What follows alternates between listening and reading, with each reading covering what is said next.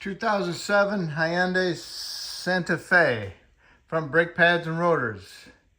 First you want to do is jack it up and support it properly. Remove your front tires. The lug nuts are at 21 millimeter.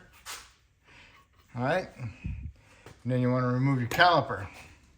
Caliper is held on with two 14 millimeter head bolts. One here and one there. All right. 14 millimeter head bolt. Remove them both.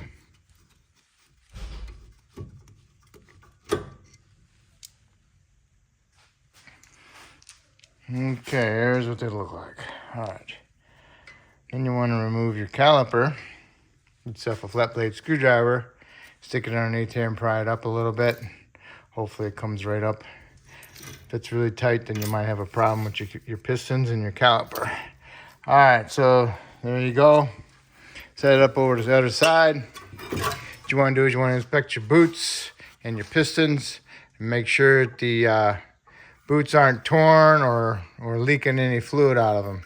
I already pushed these in with my caliper tool or even a C-clamp with a brake pad on it. Push them in.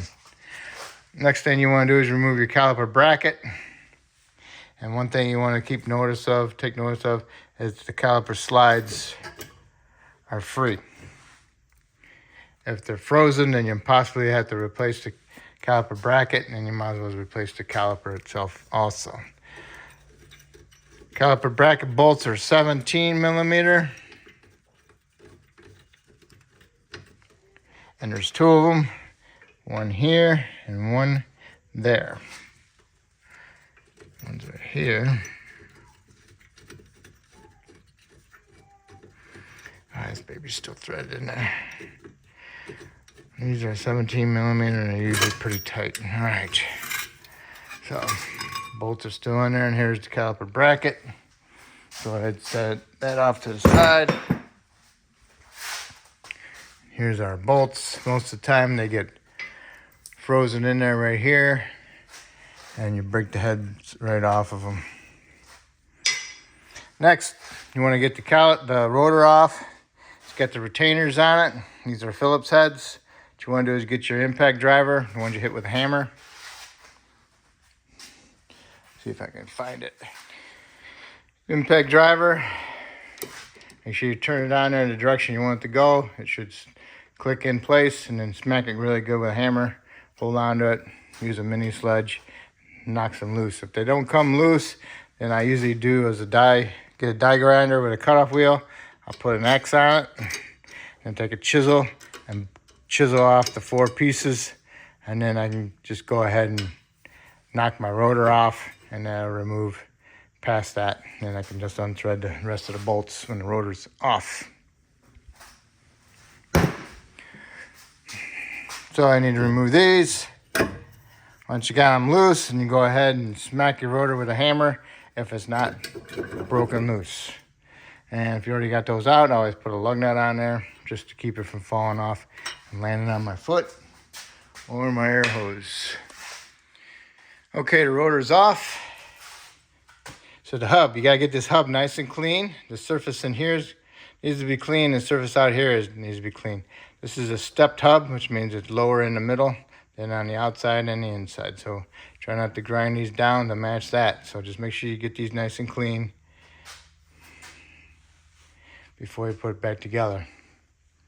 And put a fine film of anti-seize on it. And then caliper bracket. Need to get the pads out. See, these pads are in there. These are frozen in there pretty good. So need to get them out. Just like that. Make sure you remove these bundle clip hardware, and inside there it's all rust, so you need to remove that rust, clean it up, and paint it, because when it rusts it swells up, and then when it swells up it squeezes together and pinches your pads. It doesn't allow them to move freely inside the bracket. And you need to have these nice and clean also, because you don't want no high spots or low spots. So if you got a high spot, it causes that rotor to go like that. And then it give you a brake pulsation through your brake pedal, and you don't want that. Got my hub pretty cleaned up. I used a wire brush one, and I used a Brillo disc. Sometimes I have to use a sandpaper disc, and I also use a Brillo disc over the studs.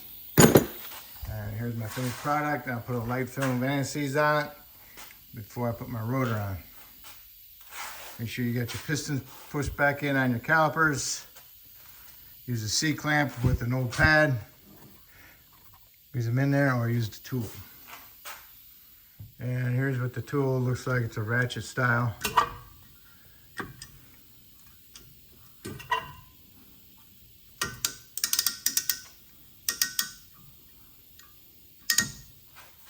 Caliper brackets are all cleaned up. Put some paint on them, got the rust off of them.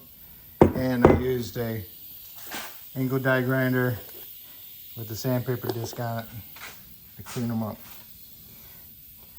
All right, so I got some Seal Glide, big pile of Seal Glide, clean off my pins, rub them in there, make sure I get some on in there in that groove, and I'll stick it in there, and I'll twist it as I go in, okay? That way it works it in there, okay? Get your other one, put it in there like that. Do not pack this full of Seal Glide. You won't compress it. Have a hard time pushing your pin in. If you got some in there by accident and you can't push the pin in all the way, then you have to take a screwdriver in there and remove it.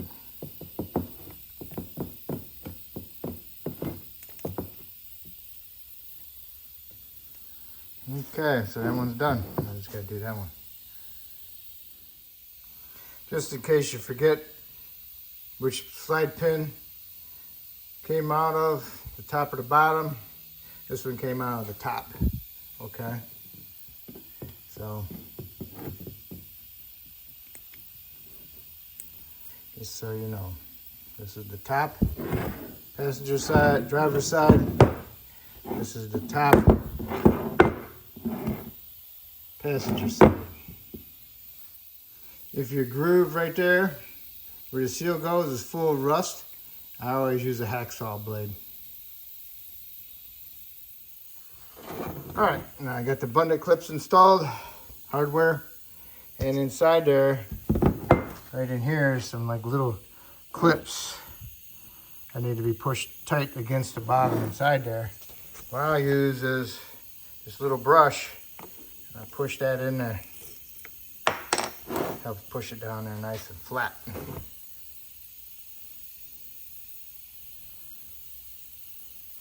Then got my rotor washed off with some soap and water.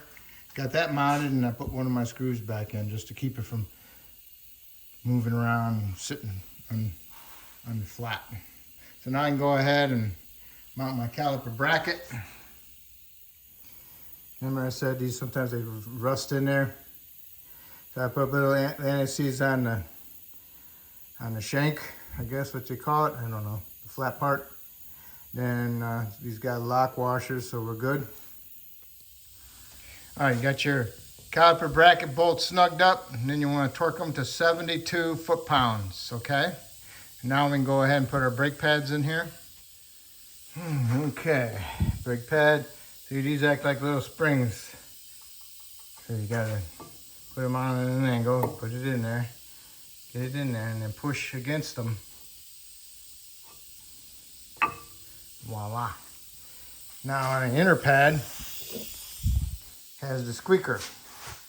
And you want the inner pad on this one with the squeaker. Rotor rotates this way going forward. So you want it towards the rotation, which would be in the bottom.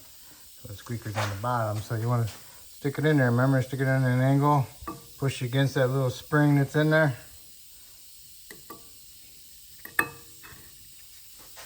And voila, it's in there. Now you can go ahead and take your caliper, put your caliper on there and get your 2 bolts started. And make sure your line is not twisted.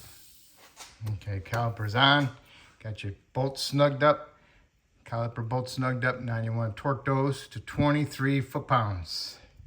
If the sleeve turns, put some needle nose vice grips on it to hold it, you know. If the pin turns as you're tightening that. Okay, make sure the line is not twisted. Looks perfect. Now you can go do the other side the exact same way. Exactly the same, except it's on the other side. Once you got the other side done, then you can go ahead, put your tires on, put your lug nuts up there and torque your lug nuts to 100 foot-pounds. Lower the vehicle down, start it up, put your pedal, push the brake pedal a couple times, and that way you're pushing the pistons back in, taking up the gap. You want to do that before you put it in driver reverse. Because if you don't pump your brakes beforehand and get a good pedal before you put it in driver reverse, you will not have brakes until you push the pedal to the floor 3 to 4 times. And by that time, you already ran into your bench or the car behind you or whatever. Then after you get the gap taken out of your caliper, you can go and double check your brake fluid level in your reservoir and top it off as necessary. Hopefully I helped you with this video, and hopefully you can help me out by subscribing to me, and I thank you and good luck.